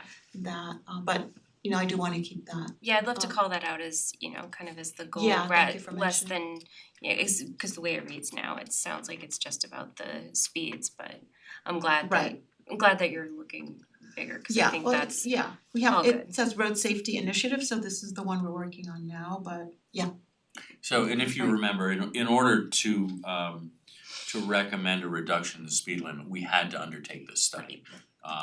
This wasn't something the board could just decide to do without undertaking right, that's part of the study. state law allowing for the reduction. So Okay. this is just the first step. Right, okay, and now we have zoning, the North Greeley corridor. We have 50 North Greeley, the application is pending. I'd like everyone to know that they have had a special permit allowing 50 North Greeley to be developed for over 2 years now. I believe the special permit was awarded at the end of 2023. Yeah, that's right, when you came The on there. legislation came in and they Yeah. received, a negative declaration for the legislation, and that was Right. 2023. Now, they've applied for site plan special permit, which is before your board, and that application has just been filed, so recently, so Right. we just got that, it's now with staff for review. Correct, and I'm reminding everyone that this is private property. with a private developer. We've been very encouraging of their submissions and eagerly awaiting to see the proper plans and submissions that are in the forms that are normally accepted by a town. So we are very eager to see what they've got and eager to get this going. So I have hard copies for each board member that I can share with you tonight. If you wanna take home for some very light reading. They're large packets. We've seen that before. I can distribute that to the board tonight. Staff is now currently reviewing, if you remember when we did the completeness review, we had a host of comments that we went back to the applicant on, and they've had to respond to all of those, and that's what now staff is reviewing their responses. Okay, we look forward to seeing that. Yeah, and we think we're estimating staff will take about 30 days to do that. And I think we were looking at having that discussion maybe the 24th of February. You think that's a Yeah, it's doable. That's what we talked about, cause again, there's a lot to review, but that's kind of what we're looking at in terms of timeline. Yeah, so that's a tentative timeline to base, depending on what staff finds in their review. Okay, great. All right, good luck reviewing that. I hope it's complete and I hope it's as expected. Okay, and we are looking at further zoning, not in the North Greeley corridor, but in the MFRC, which is multifamily residential in the Chappaqua Hamlet. We're expecting to, Barb, do you wanna talk, or Lino, do you wanna talk a little bit about that? Sure, yeah, I've been working with Sabrina on updating the MFRC. We hope to have that draft to you sometime in the next week or two, just so you can look at it. But really, that provision of the code has been around since the 70s in various iterations, but we're looking just to kind of clean it up, make it a little bit more user friendly, so that's the goal. So hopefully you'll have that, you can review it, and we can set that, when the board's ready, you can set that for consideration for public hearing when it's appropriate. But that's where I'm working with staff now and Sabrina and planning to get that legislation to you. What's the timing on that? Rob just gave us a 30-day thing, so. No, that's I know it's completely different. Just Yeah, curious. for me to get your legislation, you'll probably have it probably this week, next. Oh, maybe. Okay. And that is to clarify density incentives, Correct. to make it easier for developers to address deficiencies or, develop their properties. And that's the area going up King Street and down. It includes North Greeley as well. Correct, yeah, it's So the this would include the RD, Lutheran Church property, would include the right. well, what we call the Hakeem property, which is north of 50 North Greeley, immediately north of that. So there's been legislation on the books for many years, since the 70s, as Lino said, and there's been a lack of clarity, and so I think that has discouraged reasonable, adequate development. Sure. So looking forward to getting that legislation as well. And we wanna be doing that before the new economic task force has really kind of settled in. In conjunction, the Economic Task Force is not really, their mission is not really to propose zoning changes. Sure, their but this mission is is commercial to- tied, that's why I'm asking. Yeah, You and said I commercial think people found it as a blocker, it so- complements the work that we will be doing. Yeah, and this is in keeping with what I think we have promised our residents, is to look at zoning changes that would encourage reasonable development for the town. I don't think anyone has ever expected properties like 50 North Greeley or the Hakeem property or the Lutheran Church to stay as it is. So we want reasonable development to promote vibrancy in this town. We can see the empty storefronts that are happening. It would be good to have more feet on the street downtown. And so we hope to do that in a way that is in keeping with the character of the town and what our residents would like to see. Yeah, so that's very much in conjunction and in keeping with the role of the task force in revitalizing our downtown.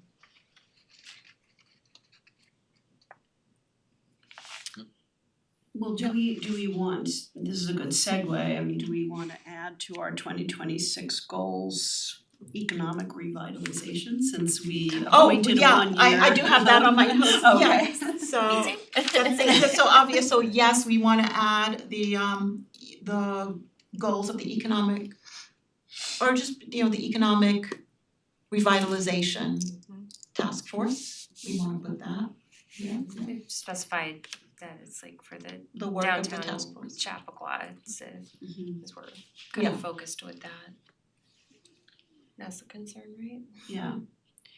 And what was interesting, like without getting ahead of the task force, but what was interesting in interviews was hearing from people that it's not just about the physical aspect of the downtown, it's also about community gathering and events and bringing people together and having a place to go. So I'm really excited to see what ideas the task force comes up Yes. with. Our first With you meeting is as scheduled, liaison. our first meeting is scheduled for next week. Okay, good. So Holly and I are the liaisons to that, and we will keep the board and the community updated. I had a thought about another potential goal to add, which is a little bit more intangible, but something that we do kind of work on as a town board, and there are town committees committed to resident wellness, well-being, and awareness. And we do have actually several different committees that work toward that for residents, like quality of life, Yeah. more in like the mental space. So like we have the Committee on Mental Resilience, the Committee on Inclusion and Belonging, the LGBTQ plus committee, just to enhance happiness in town and awareness. And the Committee on Mental Resilience has really been working very hard, providing a monthly space for people to talk about mental health needs, and to find out more about resources. There's gonna be a talk in March about phone usage in children through the good. ages. I thought Ally would be interested in this. You know, this This is Yeah. sort of your Yeah. sweet spot. So we have some experts coming together to talk to parents about phone usage and their kids and maybe even themselves. I think that's an important thing that we've been working on for the community. So you'd like to verbalize it and put it Yeah, I as a mean, goal, why community not? It's well-being, something- it's something we do, I Just think so that's a that- great idea, I love that. Yeah, just so that if people do look at what we're working on, they know that that's something that They know that have we a- care about that. It's a Yes. priority, Yeah, for Yeah, sure. that it's a priority. Okay, yeah, that's a great idea, I like that. You got that? I did. Anyone else have any other ideas for new goals? I don't right now, but I reserve the right to. Yeah, absolutely. Yeah, this is the first, this is like I said, this is an initial discussion, we've looked at what we did last year, we reaffirmed that we wanna continue some of them, and everyone will have time to think and come back. Yeah, I think we a wider conversation or wider review needs to be done about the parking lot. I know we just talked about it, whatever it was, 8 minutes ago or 80 minutes ago, but Yeah. whether I don't think it's clear, and I don't know enough to know whether are we gonna see more people getting called back to the office, are other towns gonna be building up their residential and using our train station, and so we're actually gonna need more parking space, cause we're close to capacity in some days. Or it's gonna be the opposite, or we're gonna see millennials and Gen Z taking over leadership positions and seeing more remote work, which would mean less traffic, and then we could use that space for other things. So we were talking earlier, like I would love to see these solar panels up, I'd love to see more green space there, but I can't say with certainty what the parking lot's needs are gonna be 5 years from now, 10 years from now, 15 years from now. And I think it's very important that we find out now before we start having people parking at the library to get to the train station. Eric, you actually remind me about something that's been kind of that I've been thinking about is the train station parking lot, but parking in general in town. I hear a lot of times people say that there's not enough parking, but I don't know if there's not enough parking where people want to park, or if there are things that we could do to improve it, like maybe the merchant districts and things like that. So I think maybe I'd love to start exploring parking a little bit more generally as well. To make sure that we all have kind of a grounded understanding of the current situation, and as we come up upon other topics, Is there a parking feasibility study that we've undertaken in the last? Ever? not since COVID, and I think that would probably No, I don't know of one in the time. don't Just know a one, period. general, I mean, there were feasibility studies or traffic studies done in conjunction with zoning proposals, Yeah. but that's not a general traffic No. study. I mean, yeah, I can Parking. see that there may be some that low there could be hanging fruit, there may be some useful bigger information that would come from that. Yeah. That would be, an undertaking, there'd be a cost associated with that. So what you're suggesting is a traffic study for the entire Chappaqua commercial hamlet. Not traffic, but more More parking. I'm sorry, I meant Yeah, parking. yeah, cause I think that, we talk about it and we toss it Yeah. around, but I'm not sure we have any grounding, or at least good Right, you want grounding. data. Yeah, You know, when we exactly. talk Mhm. about development or projects, the number one feedback we always get, the concern from residents is always parking. Right. And it might make sense to have a holistic, comprehensive understanding of parking feasibility, not tailored toward a particular project, right? Just a holistic understanding of the parking structure in town, what the needs are, what the needs could be with an expanded downtown, revitalized downtown. That might help us Mhm. kind of rule out or kind of commit to maybe some other projects down the line, just having like a better sense of a parking assessment. So maybe that's something that we could put at the top of the list to I think it would inform almost everything that we're doing. I agree, cause Yeah. sometimes it feels, and I know we hear this complaint a lot, that like maybe we're putting the cart before the horse, we're like thinking about, we want this, we want this, we want this. But if there's nowhere for people to park and come into town, or we're hearing, well, I don't wanna park at the train station to go to the North Greeley area. Yeah. Then, we're not really thinking about this holistically the way that we would really like to. Yeah, so it's better to operate from knowledge because Right. we really operate from anecdotal Right, evidence and accounts of, I can't find parking and we don't have the data to really accurately respond, so I think that's a great thought. it would definitely root a decision, right? Yeah. Yeah, that's a good way to start. Okay, we'll put that down. Yep. Okay, so let us know, how would we have to put out an RFP for a consultant? So when I talked to Creighton Manning next, they're the firm that did our traffic study. If this is a large study, we would probably have to go out for an RFP for it. I would just start with them to just see if they have experience doing that type of thing. I assume that they would if they're Right. involved with traffic. There's other firms we've used in the past. I think up at Chappaqua Crossing, they use AKRF. I don't know if you're familiar with them. I know them, I know John Canning, Yeah. I know We work with- Colliers, Phil Greeley, they're all, John Canning was part of the form-based code, so they don't want we might call but I John. worked with them all, but yeah, no, I care of, so. Yeah, no doubt there's an Well, look, industry we for want the this. best we want the best person at the most reasonable Yeah. price, so maybe you could come back with specific information for us, Yeah, at like I the said, next I'll meeting, like, I'll start with the what do we need an RFP?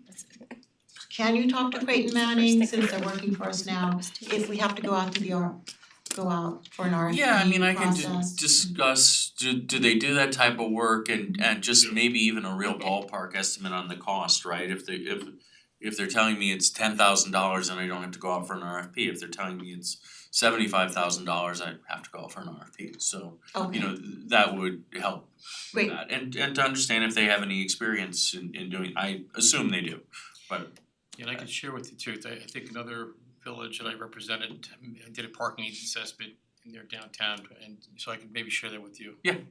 This, Okay, we gotta start.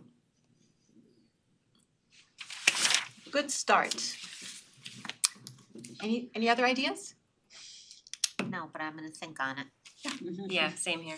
I don't want to bite off more than we can chew, right? I think there's some really important projects here.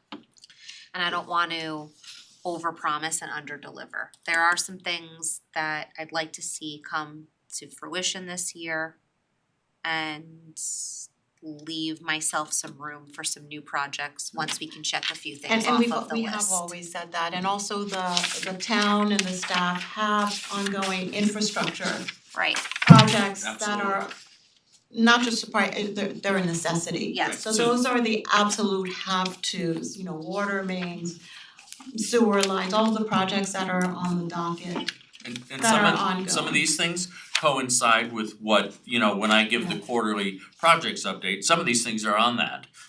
Some of them aren't necessarily, and that's why we asked, years back, we started doing asking the board for their specific goals to give our staff a direction on where to go. Right. That's what this does. And I think if you look at this list, we made significant progress in We did. 2025. Yes, we There's did, a lot of this stuff is ongoing. I don't think anything or very many things are closed out, but it's ongoing and we're in the middle of They're all of active, these things. yeah. They are active.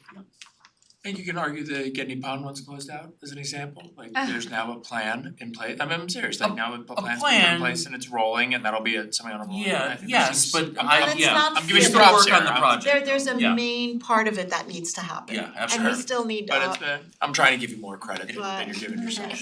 No, Yeah.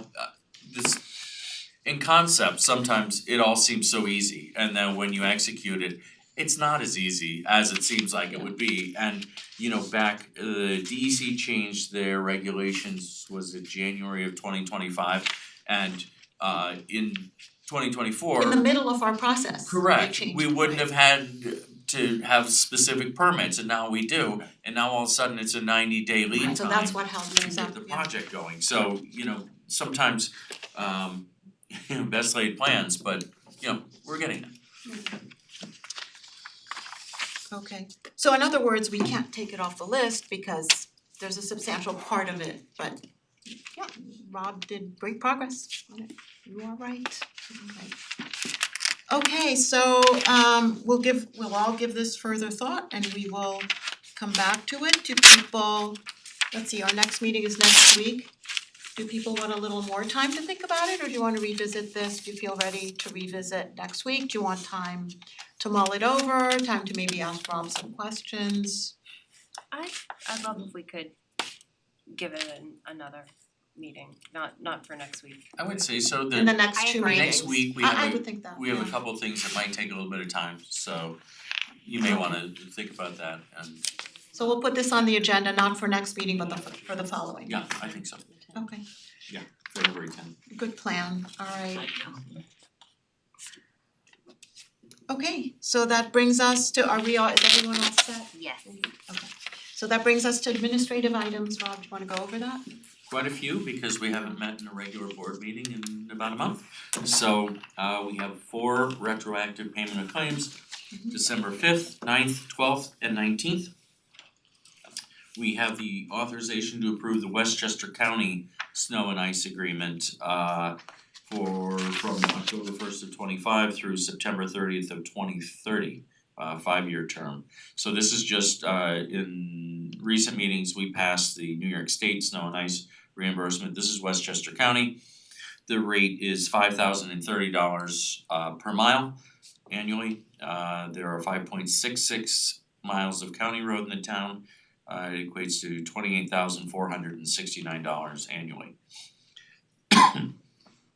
We have the authorization to apply the CPI and the disposal rate increase to the contract under the DPW solid waste and recycling services bid with Sanipro. We are in the final year of the Sanipro contract. We will begin putting together the bid this summer, unfortunately for next year. So the increase is 3.10% for the collection, 4% for the disposal, and unfortunately, 20.37% increase on the disposal of the commingled product. So that has been skyrocketing over the last couple of years. There is What not has caused that? it's not easy. There are not a lot of places to dispose of it. The commingled is more difficult than when we did the dual stream and it was segregated, and now, it's a process to separate. We collect all the commingled together. So these are just kind of market forces. It's been over the last 10 years or so changing. China stopped accepting years ago a lot of what we were sending over there. Unfortunately, we're stuck with this rate for next year, and we'll see what the new contract brings. We have the authorization to award the RFP for professional consulting and engineering services for proposed water main improvements. This has been awarded or will be awarded to H2M, the amount of $227,025. This project is for cleaning and cement relining of water mains. This helps to extend the useful life of the water mains. So there's a total of 9,700 linear feet of water main to be cleaned and relined. This will be on Lakeview, Adams, Possum, Valley View, Brookside, High Point, Kathleen, Daily Cross, and Horseshoe. And in that proposal, we're outright replacing 600 linear feet on Peck. We have the authorization to amend the reimbursement policy regarding damage to property, and this is mailboxes. So I apologize, but I asked Lauren to put a placeholder in the meeting agenda, and I never actually submitted the memo to discuss this. So what this talks about is the town has had a policy in place since 2016 where if a mailbox gets damaged by our snowplows, the town would reimburse up to $250. So as we had the first request of such mailbox needing replacement this year, the quote came in at about $600. And so we had a discussion with Lino, and we realized that our policy is 10 years old and we hadn't really revisited that since that time, and that the cost of replacing some mailboxes in town, these are some really intricate mailboxes and very fancy mailboxes. So, I asked Bart about how many times a year this happens, and he said about 5 or 6 times a year. So we've always preferred to handle this in-house rather than have them file a claim and have that against our insurance. So Lino, do you have anything to add to that? Yeah, we thought it would be, because again, it hasn't been updated, so we thought it would be a good idea to increase what the reimbursement is for those mailboxes that are inadvertently hit during a snowstorm or when they clear. Yeah, So for we're what trying to it's do it. worth, I was recently looking for quotes to replace ours, and that sounds right in the ballpark. It's in line, yep. So I wouldn't have thought it, but he actually provided 2 quotes. And I was like, wow. Yeah. Yeah, really did not expect that. Okay, we have the authorization to approve the 2026 MVP healthcare premium rates. That increase is 9.5% over the prior year. So I'll just remind the board, we have 2 healthcare plans that we offer employees here. The vast majority of employees and retirees are on the MEPCO plan. We've offered kind of these we've offered an option with healthcare plans because long ago, a lot of our employees live up in Dutchess County, and at the time the MEPCO plan, the network up in that area didn't reach them. So as kind of a compromise with the unions, during negotiations, we left this other plan, MVP, which is significantly higher price plan. We still offer it, but for comparison's sake, we have 212 retirees and employees in MEPCO. We have 18 employees in the MVP plan. So vast majority of our employees and retirees are with MEPCO, which is a significantly lower plan, and the town has been part of that for over 20 years, and it's really benefited the town in that time. We've been able to partner, it's a consortium with 7 or 8 other municipalities and school districts where we're able to self-insure and control our costs.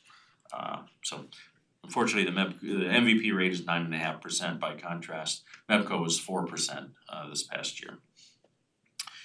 We have the authorization to approve the Northeast Westchester Special Recreation Interagency Agreement. The amount is $17,145. This is the entity that helps provides therapeutic recreational programs for some of our disabled residents. It's a program we've been involved with for many years. We have the authorization to purchase replacement truck and landscaping equipment for parks.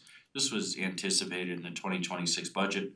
We're purchasing a F-150 pickup truck, $47,181, and then 2 mowers and 1 sprayer at a total cost of $38,384.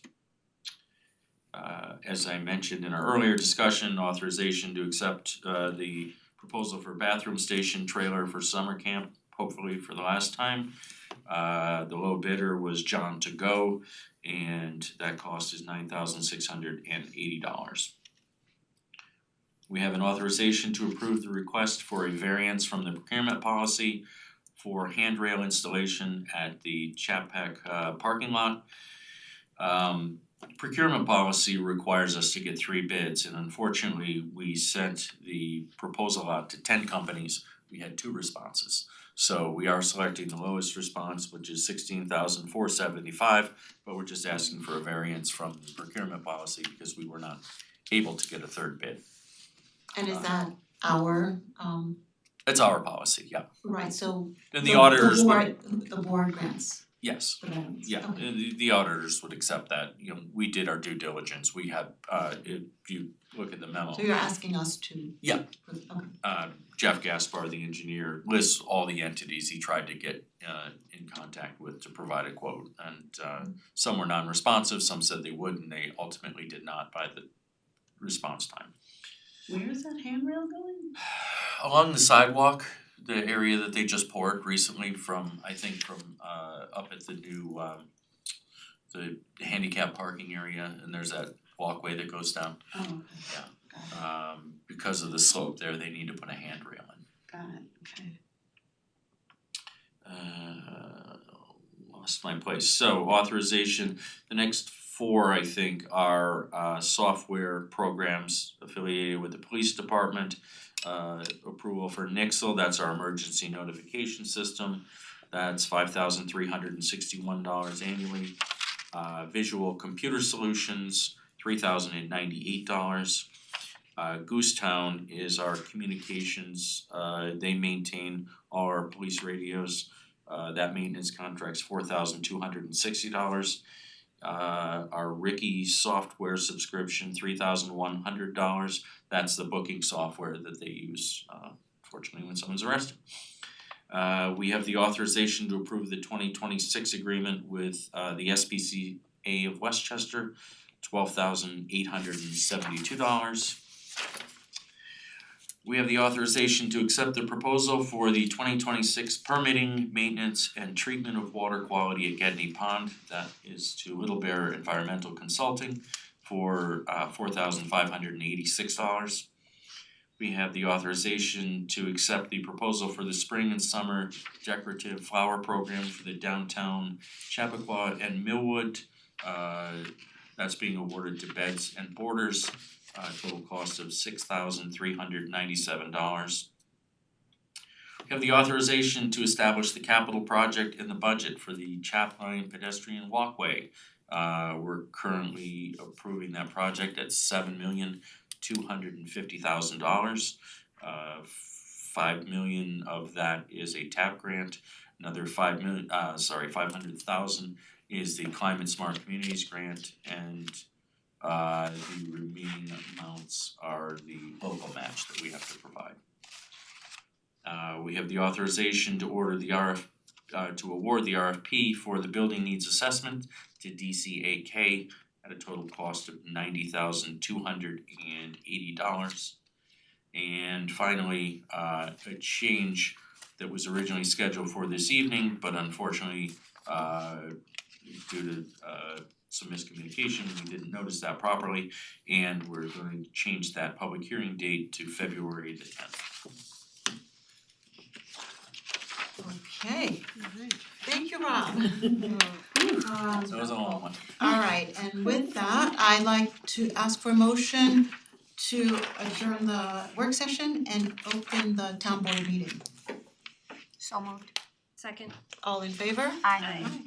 Okay, we are hereby at our town board meeting. Let's start with announcements. Rob, any announcements? Christina, do you wanna? Oh, no, thank you. Just a reminder that the second half school taxes are due no later than January 31st. We ask that if you do mail them, you make sure you witness a postmark on your envelope. Don't just drop it in, don't leave it in your mailbox.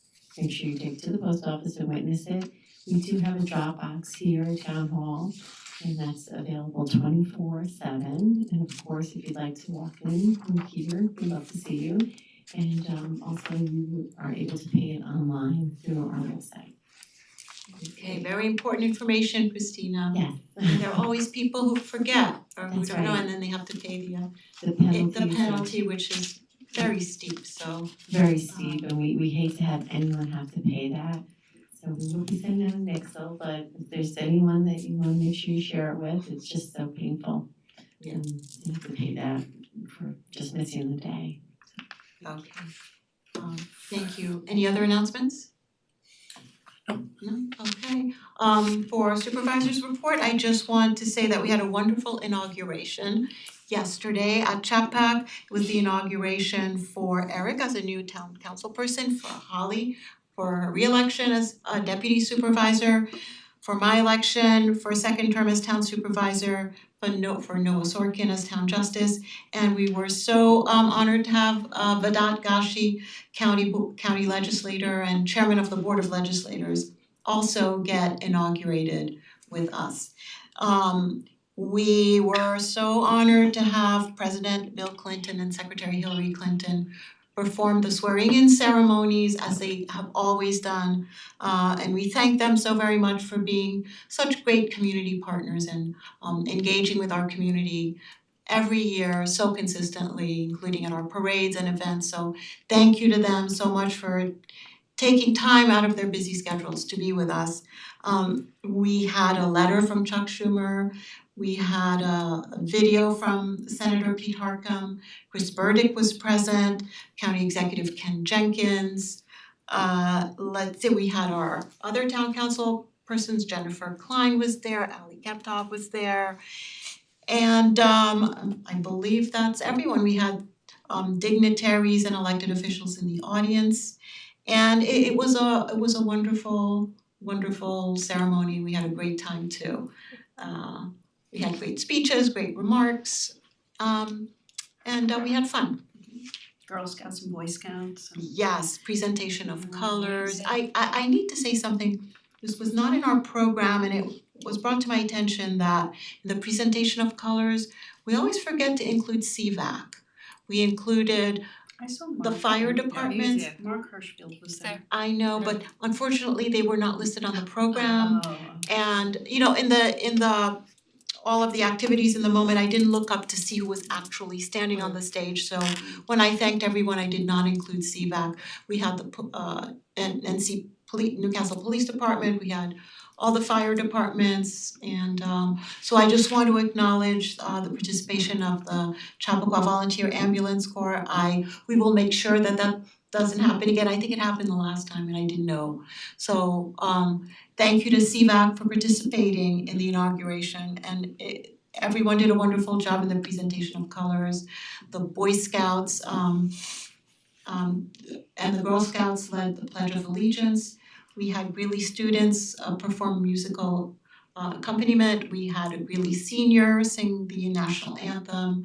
And I think that covers the entire program, right? Am I missing? Just a thank thank you you to to staff. Yes. Yes, absolutely. Yes. And last but not least, thank you to Rob Deary. Thank you to Lauren Cascone. Thank you to Christina Papes for doing all the work to put all this together. It couldn't have happened without you. And I saw the extent of the work behind the scenes. There were a lot of moving parts. So thank you so much for taking all of that time. Yeah, thank you. Thank you. Good night. Okay, that's it for my supervisor's report. If anyone wants to report on something that I haven't, I think, it's just the beginning of the year, not too much has been going on so far, right? So, There's a lot of administrative items, so, yeah. yes. Okay, Rob, do you have anything for administrator's report? Not really, I think I covered most of what I would have put in the administrator's report in the discussion, so. Yeah, we went through a lot, yeah. I don't really, but just to say congratulations to the new and returning board members and existing board members, looking forward to working with you in the year to come. Yes, Keep on same here. trucking. Keep on trucking. Same here. Back at ya. R.I.P. Bubbles. All right, okay, we have reached the public comment, new business period. Seeing that there's no one in the audience, I'd like to ask if there are any hands raised for public comment online. No hands are raised. Okay, no hands are raised, so we will close the public comment period and get to our consent agenda. Rob, I presume you've gone over everything listed here in Yes, the work session administrative items. Is there anything else that Not on the is consent. not here? That was not there, that is? No? Nope. Okay, so we don't need to go over it again. And the proposed actions will be in the resolutions, right? Okay, so let's start. Eric, do you wanna start us off with the consent agenda? So I just need to say I move to. Yeah, just the first line, you don't have to read all of the Just items. to read that. That's it. I move to adopt items 1 through 19 as listed on the consent agenda. Second. All in favor? Aye. Okay, you can go on. You can do the next page. Gotcha. I move to retroactively approve the payment of claims in the amount of $714,166.95 listed on the summary AP check register and detail voucher detail report, both dated December 5th, 2025. Checks were printed and distributed to each claimant listed on Friday, December 5th, 2025. Second. All in favor? Aye. Did I move Yeah. to, I Yeah, move just to do the first, retroact, the I'm whole just doing the page. whole, the whole page, got it. Yeah. I move to retroactively approve the payment of claims in the amount of $87,690 listed on the summary AP check register and detail voucher detail report, both dated December 9th, 2025. Checks were printed and distributed to each claimant listed on Tuesday, December 9th, 2025. Second. All in favor? Aye. And then I move to retroactively approve the payment of claims in the amount of $527,200.20 listed on the summary AP check register and detail voucher detail report, both dated December 12th, 2025. Checks were printed and distributed to each claimant listed on Friday, December 12th, 2025. Second. All in favor? Aye. Okay, I move to retroactively approve the payment of claims in the amount of $771,618.34 listed on the summary AP check register and detail voucher detail report, both dated December 19th, 2025. Checks were printed and distributed to each claimant listed on Friday, December 19th, 2025. Second. All in favor? Aye. I move to authorize the hiring of the following individuals for the position of recreation attendant within the Recreation and Parks Department for 2026 summer camp at the rates indicated below, effective January 12th, 2026. Second. All in favor? Aye. I'll do the last one. More, yeah. I move to authorize the hiring of the following individuals listed below for the position of recreation attendant within the Recreation and Parks Department to assist with the youth basketball program at the following rates and dates as indicated below. Second. All in favor? Aye. Okay, go ahead. I move to authorize the hiring of the following individuals for the position of recreation attendant within the Recreation and Parks Department to serve as 2026 ski trip chaperones at the following rates and dates as indicated below. Second. All in favor? Aye. I move to accept the resignation of Alejandro Petrosino from the position of labor within the Recreation and Parks Department effective January 16th, 2025. Town would like to thank Alejandro for his service. Second. Thank you for your service. All in favor? Aye. Jen, do you wanna take the last two? Sure. I move to authorize the posting and hiring for the position of laborer within the Recreation and Parks Department at the annual salary ranging from $53,841.35 to $73,940.59. Second. All in favor? Aye. I move to authorize the extension of the part-time social media coordinator Matthew Hernandez for the total stipend amount of $6,960 to be paid in the amount of $580 bi-weekly for a period of 24 weeks effective retroactively from December 19th, 2025 through June 22nd, 2026. Second. All in favor? Aye. I move to authorize the change in title for Denise Lombardi to Senior Real Property Appraiser at an annual salary of $115,577, effective retroactively to January 1st, 2026. Second. All in favor? Aye. May I have a motion to adjourn the meeting? So moved. Second. All in favor? Aye. We are hereby adjourned. Thank you very much.